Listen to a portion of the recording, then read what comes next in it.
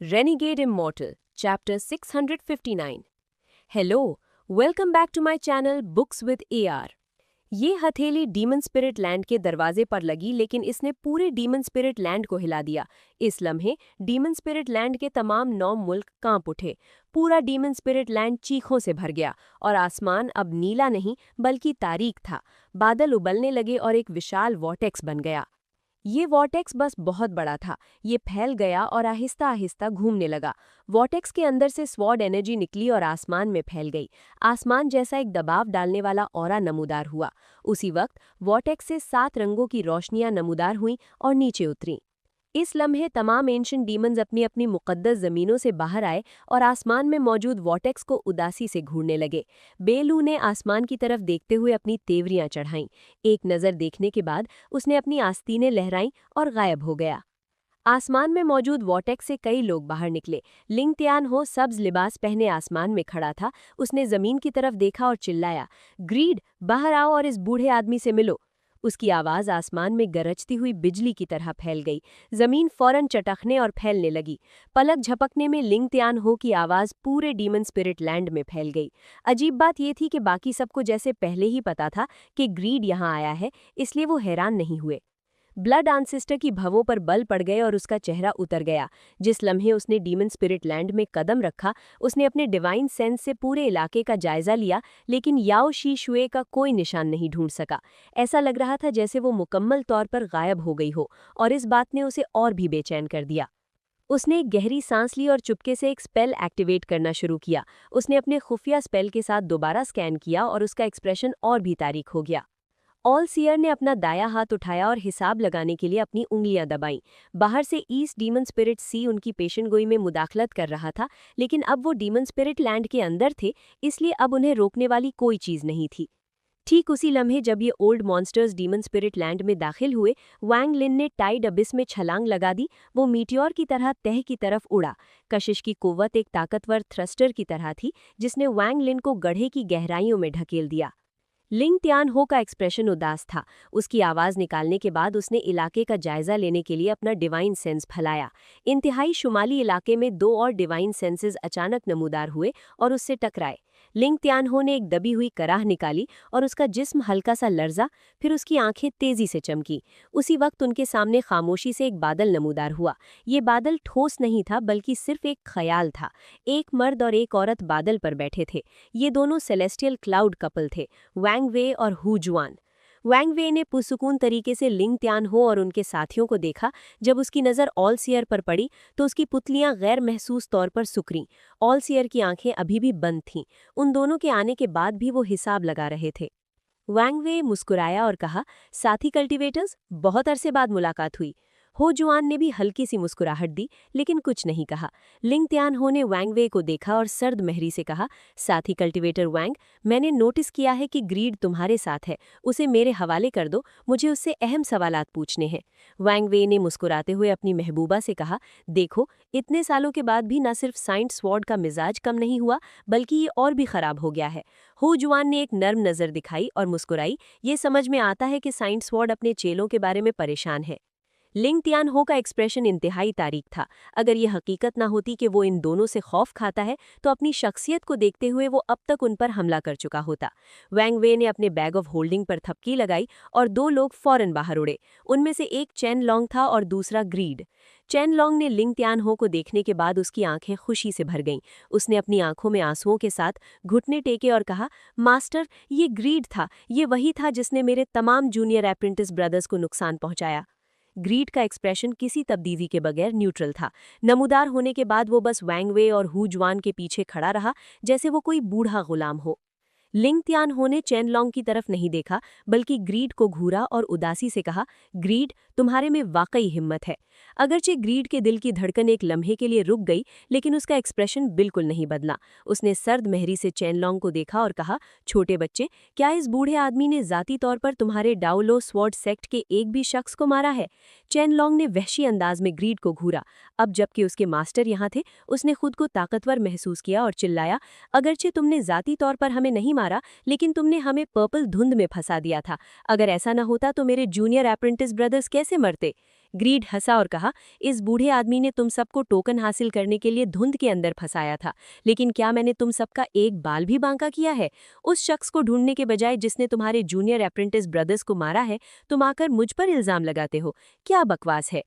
चैनलोंग बोलने ही वाला था कि गैर मुतवक्के तौर पर लिंग त्यानहो ने अपनी आस्तीनें लहराई और सर्द महरी से कहा, चैनलोंग, मजीद कुछ मत कहो।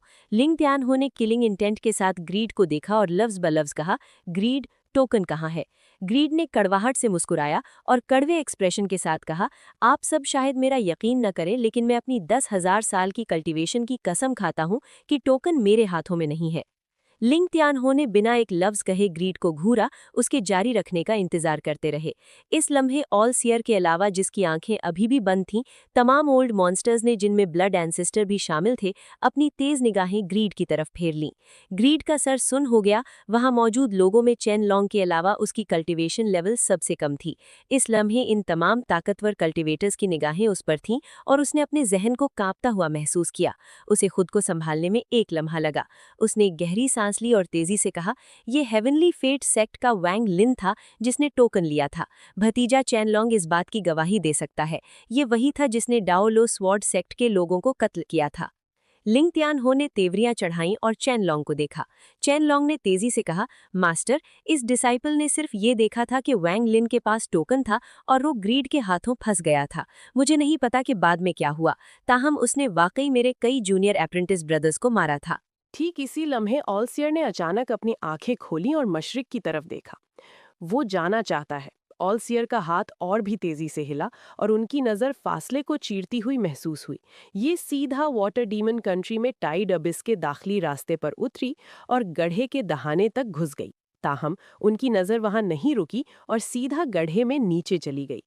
जैसे ही वैंगलिन नीचे उतरा, उसने फौरन नोटिस कर लिया। फिर वो फौरन कशिश की कुव्वत के साथ एक हो गया और भी तेजी से नीचे की तरफ हिला। ऑलसियर ने महसूस किया कि उनकी नज़र कशिश की कुव्वत से मुतासिर हो रही है। उन्होंने थोड़ा हिचकिचाया और फिर कशिश की कुव्वत को चीरते हुए मजीद नीचे चले गए। ऑलसियर के स्पेल ने फौरन लिंग ट्यान हाओ और उनके साथियों की तवज्जो खींच ली, यहाँ तक कि सेलेस्टियल क्लाउड कपल की आंखों में भी हैरत थी।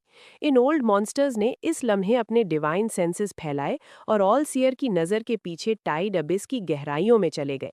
वैंगलिन का एक्सप्रेशन न्यूट्रल था जब उसने अपने बैग ऑफ होल्डिंग पर थपकी दी और 7 स्टार सोर्ड फॉर्मेशन बाहर उड़ गया।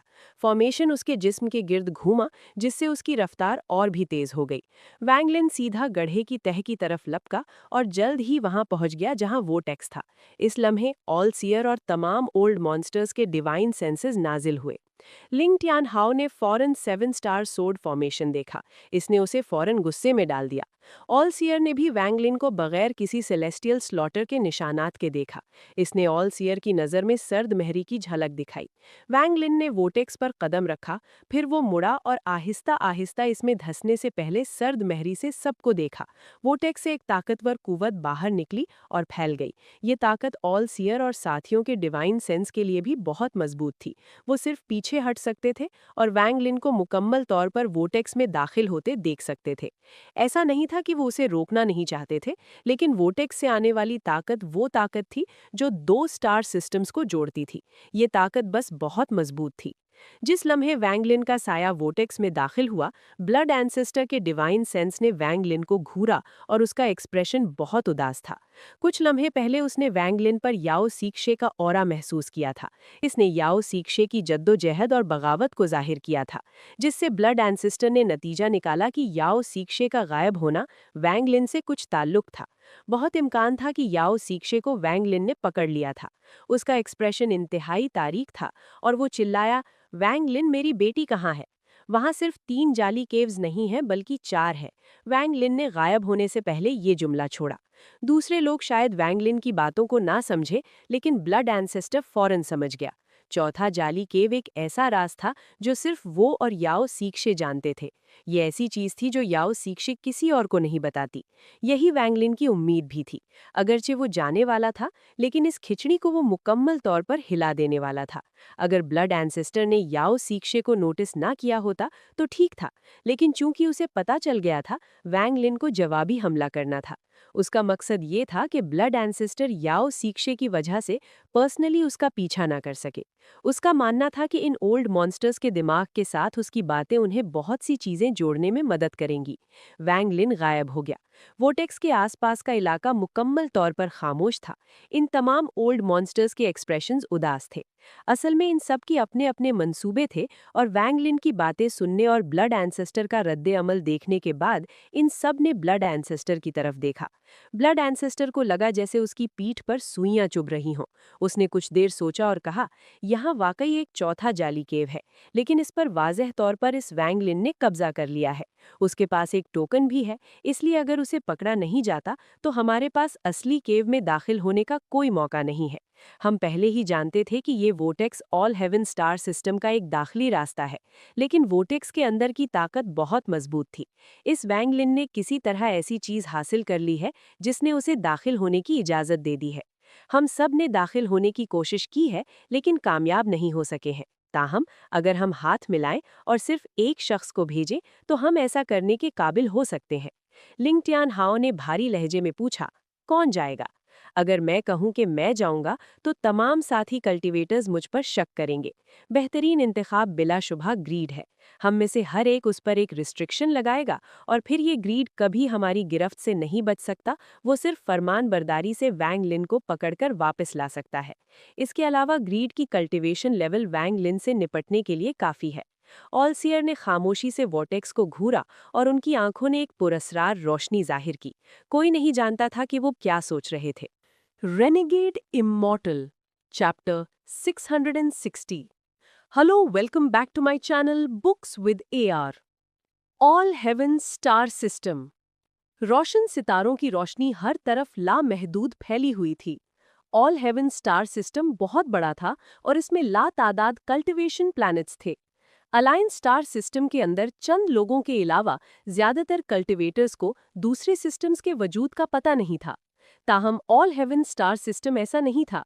उनमें से तकरीबन सब जानते थे कि विंड, रेन, थंडर और लाइटनिंग सेलेस्टियल रेल्म्स में से हर एक के नीचे एक स्टार सिस्टम मौजूद है। इसका इस हकीकत से गहरा ताल्लुक था कि कल्टीवेशन अलायंस स्टार सिस्टम में वाहिद ताकत थी, और उन्होंने बहुत सी चीजें छुपाई हुई थी। वैंग लिन समेत तकरीबन हर कल्टीवेटर सोचता था कि कल्टीवेशन अलायंस ही सितारों के नीचे वाहिद ताकत है। ऑल हेवन स्टार सिस्टम में कहीं ज्यादा आज़ादी थी, ताहम कुछ राज अभी भी सख्ती से महफूज थे। दोनों स्टार सिस्टम्स के दरमियान एक फ़र्क ये था कि ऑल हेवन स्टार सिस्टम में कोई सेक्ट्स नहीं थे, वहाँ सिर्फ कल्टीवेशन फैमिलीज थीं। ऑल हेवन स्टार सिस्टम जिस चीज़ की परवाह करता था वो ब्लड लाइन्स थीं।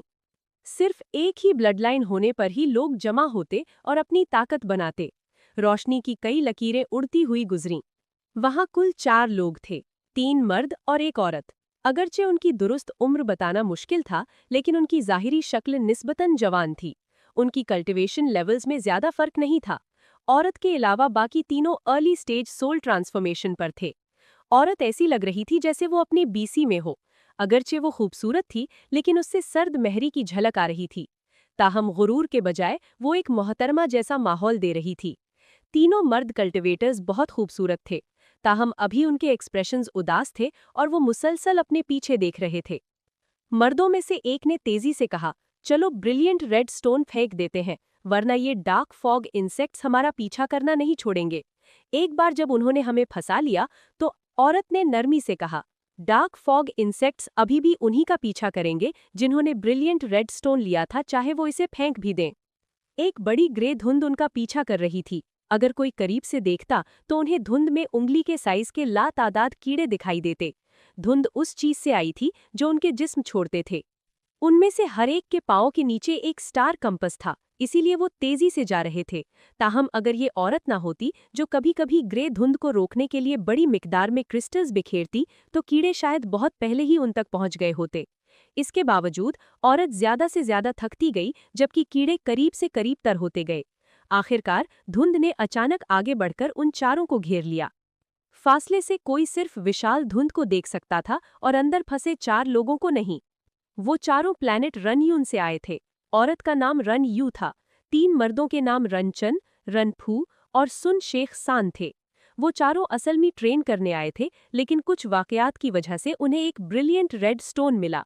इसकी वजह से बड़ी मिकदार में कीड़ों ने उनका पीछा किया और आखिरकार वो घिर गए। डार्क फॉग इंसेक्ट्स जो धुंध छोड़ते थे, वो कल्टीवेटर्स के लिए जहरीली थी।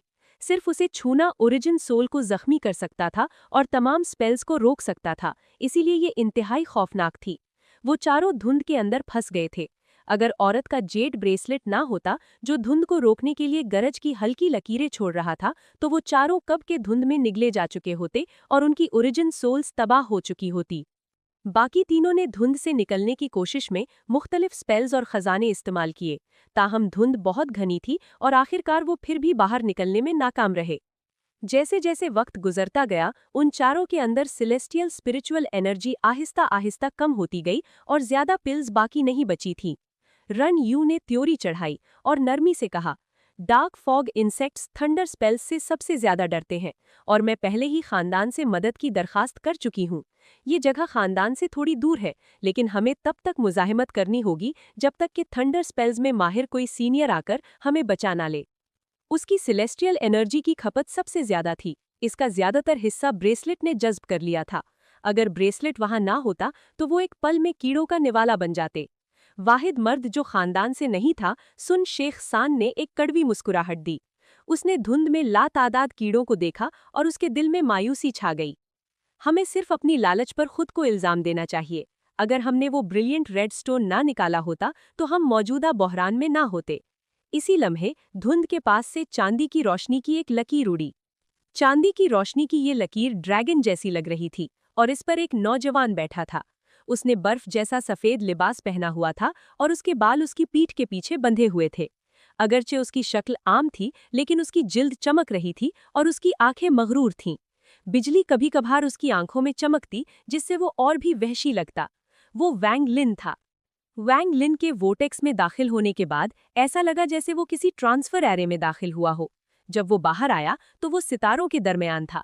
उसके आसपास रोशन नेब्युलाए थे, लेकिन एक भी शख्स नहीं था। ये वैंग लिन के लिए एक अजनबी स्टार सिस्टम था। उसका घर अलायंस स्टार सिस्टम नहीं था। ये थंडर सेलेस्टियल रेल्म के नीचे ऑल हेवन स्टार सिस्टम था। कुछ सोचने के बाद वैंग लिन ने स्टार कंपस निकाला, फिर उलझन के असर के साथ वो स्टार सिस्टम में घूमने लगा। फासले पर मौजूद ग्रे धुंध ने वैंग लिन की तवज्जो खींची। चांदी की रोशनी उसके नीचे चमकी और वो धुंध के पास पहुंच गया। उसकी आंखों में बिजली चमकी, जिसने उसे फौरन देखने की इजाजत दे दी कि धुंध के बारे में क्या अजीब है, और अंदर फंसे 4 लोगों को देख लिया। डार्क फॉग इंसेक्ट्स वाकई वैंग लिन की नजर के नीचे कांप उठी, जैसे वैंग लिन की नजर ठोस होकर किसी चीज में बदल गई हो। उन सब ने उसकी नजर से बचा, जिसने एक रास्ता बना दिया। अंदर फंसे 4 लोग फौरन हैरान रह गए। रन युए की आंखें रोशन हो गईं और वो चुपके से सदमे में थी। सिर्फ एक नज़र डार्क फॉग इंसेक्ट्स को पीछे हटने पर मजबूर करने के लिए काफ़ी थी। इस किस्म के स्पेल ने उसके जहन को मुकम्मल तौर पर हैरान कर दिया। उसकी खूबसूरत आंखें हिली और उसने धुंध के बाहर चांदी की रोशनी पर वांग लिन को देखा। सुनशुए शान की आंखों में मायूसी फौरन गायब हो गई। उसने फौरन हाथ जोड़े और चिल्लाया, सीनियर, जूनियर प्लैनेट रन यून के सन खानदान से है। मुझे उम्मीद है कि सीनियर हमारी मदद कर सकते हैं। जूनियर यकीनन सीनियर का शुक्रिया अदा करेगा। रन चेन और रन फेंग दोनों ने तेजी से अपने हाथ जोड़ लिए। उन्होंने मुखलिसाना और एहतराम से बचाने की दरख्वास्त की। रन युए ने चांदी की रोशनी पर मौजूद नौजवान को देखा और उसकी भवें ढीली हो गईं। उसने अपने हाथ जोड़े और नरमी से कहा, सीनियर, जूनियर प्लैनेट रन यून के रन खानदान से है। हम इन डार्क फॉग इंसेक्ट्स के जरिए फंस गए हैं। अगर सीनियर हमें बचाएं तो रन खानदान यकीनन सीनियर को इनाम देगा। वांगलिन का एक्सप्रेशन पुरसुकून था जब उसकी नज़र उन चारों पर फिरी। उसने अपनी नज़र वापस ली और धुंध फौरन उबलने लगी, रास्ते को निगलती हुई। धुंध के अंदर से हैरत की आवाजें आईं। अंदर मौजूद लोगों के एक्सप्रेशंस फौरन बुरे हो गए। सुनशुए शान ने तेजी से चिल्लाया, सीनियर, हमारे पास एक ब्रिलियंट रेड स्टोन है। अगर सीनियर हमें बचाएंगे तो हम शुक्रिया के तौर पर पहले ये पत्थर सीनियर को दे देंगे। वांगलिन नहीं जानता था कि ब्रिलियंट रेड स्टोन क्या था, इसलिए वो लालच में नहीं आया। उसने धुंध को देखा और सोचने लगा। वो ऑल हेवन स्टार सिस्टम से बहुत नावाकिफ था, इसलिए उसे जल्द अज जल्द मालूमात हासिल करनी थी ताकि वो श्यांग खानदान जा सके, जिसके बारे में स्क्रोल के अंदर मौजूद औरत ने बात की थी। धुंध के अंदर फंसे 4 लोग बाहर नहीं देख सकते थे। इस लम्हे रन युए के अलावा बाकी 3 परेशानी और बेचैनी से भरे हुए थे। रन यूए की भवें तंग होने लगीं। उसके बैग में ज्यादा पिल्स नहीं बची थीं और अगर ये जारी रहा तो नतीजा नाकाबिले तसव्वुर होगा। उसने अपने दांत मिहींचे और कहा, सीनियर, मैं। उसके बात खत्म करने से पहले ही वांग लिन की आवाज धुंध में दाखिल हुई। प्लैनेट रन यून कहाँ है? वो चारों चौंके। सुन शुए शान ने पीजी से कहा, ये यहाँ से शुमाल की तरफ तकरीबन 7 दिन का सफर है। अगर सीनियर जाना चाहते हैं तो जूनियर सीनियर के बचाने के बदले में रास्ता दिखा सकता है। वांग लिन की आंखें रोशन हो गईं। उसने अपना दाया हाथ उठाया और खला की तरफ इशारा किया। अचानक उसकी ओरिजिन सोल से बिजली की एक लकीर निकली और उसने इसे अपने दाएं हाथ से झटक दिया। जब उसकी नजर की वजह से धुंध बिखरी थी तो वांग लिन ने अंदाजा लगाया था कि ये कीड़े थंडर स्पेल से डरते हैं। इस लम्हे उसकी उंगली की नोक से बिजली का एक झोंका निकला। ये गरजदार आवाज से स्पेस से गुजरा जैसे ये कोई थंडर ड्रैगन हो। इसने एक ताकतवर दबाव छोड़ा जब ये अचानक धुंध में घुस गया। डार्क फॉग इंसेक्ट्स ने फौरन चीखना और पीछे हटना शुरू कर दिया। कीड़ों से बड़ी मिकदार में धुंध निकली और बिजली पर झपट पड़ी। अगर ये कोई आम थंडर स्पेल होता तो ये धुंध का सामना करते हुए कमजोर हो जाता। आखिरकार, अगरचे डार्क फॉग इंसेक्ट्स गरज से कमजोर थे, उनके जिस्मों में मौजूद जहर अब भी इंतहाई ताकतवर था। लेकिन ये गरज आम स्पेल्स से बनने वाली गरज नहीं थी, बल्कि असली हेवनली थंडर थी। ये एक सलाहियत थी जो वांग लिन ने उस वक्त हासिल की थी जब उसकी origin soul ancient thunder dragon के साथ मिल गई थी। थंडर ड्रैगन दहाड़ा और फिर बड़ी मिकदार में धुंध बिखर गई। बिजली धुंध में हरकत करती रही जिससे बड़ी तादाद में डार्क फॉग इंसेक्ट्स पीछे हट गए। वो वाज़े तौर पर गरज का दबाव महसूस कर सकते थे। वो पहले ही गरज से डरते थे और हेवनली थंडर उनके कुदरती दुश्मन की तरह थी, इसलिए वो तेजी से पीछे हट गए। पलक झपकने में जैसे ही गरज बिखरी, तमाम डार्क फॉग इंसेक्ट्स दूर उड़ गए। वो चारों फौरन बाहर उड़े और वांग लिन के पास पहुंच गए। बिना किसी इस्तस्ना के उन चारों को लगा जैसे वो अभी मौत के मुंह से बच निकले हैं। लेकिन जो उन्होंने उससे भी ज्यादा महसूस किया वो सदमा था। सुन शुए शान की वांग लिन की तरफ नजर सदमे से भरी हुई थी। ऑल हेवन स्टार सिस्टम से होने के नाते वो थंडर स्पेल्स से नावाकिफ नहीं था। अगरचे वो खुद कोई इस्तेमाल नहीं कर सकता था, all heaven star system thunder celestial realm से जुड़ा हुआ है। यहाँ थंडर स्पेल्स सबसे ताकतवर है। उसका सदमा उस कुदरत से आया था जो गरज की लकीर से आई थी। वो नहीं जानता था कि किस किस्म का स्पेल एक ख्याली गरज की लकीर में असली गरज की कुदरत का निशान शामिल कर सकता है। ये ऐसी चीज थी जो खानदान के एल्डर्स और एंसेस्टर्स भी नहीं कर सकते थे। रन यूए और दूसरे 2 रन मर्द भी हैरान थे, खासकर रन यूए, जिसने ठंडी हवा की सांस ली। उसकी आंखें अचानक रोशन हो गईं जब उसने वांग लिन हो देखा। आखिरकार वो mid stage of soul transformation तक पहुंच चुकी थी, इसलिए खानदान में उसका मकाम दूसरे 3 की निस्बत ऊंचा था, जिसका मतलब था कि वो ज्यादा खुफिया चीजें जानती थी। उसका जहन सदमे में था जब उसने जो कुछ भी हुआ था उसे याद किया। उसने एक गहरी सांस ली और एहतराम से कहा, जूनियर, मैं रन खानदान की नवी नस्ल का हिस्सा हूँ। क्या सीनियर एक थंडर सेलेस्टियल मैसेंजर है? उसके ये कहने के बाद सुन शुए शान का एक्सप्रेशन बदल गया। उसने दिल ही दिल में सोचा, यकीनन वो एक थंडर सेलेस्टियल मैसेंजर होंगे, लेकिन एक थंडर सेलेस्टियल मैसेंजर प्लैनेट रन यून क्यों जाना चाहेगा? उम्मीद है आपको ये वीडियो पसंद आई होगी। अगर आपको ये पसंद आई है तो प्लीज चैनल को सब्सक्राइब करें, इस वीडियो को लाइक करें और अपने दोस्तों के साथ शेयर करें। अगली वीडियो तक के लिए अल्लाह हाफिज।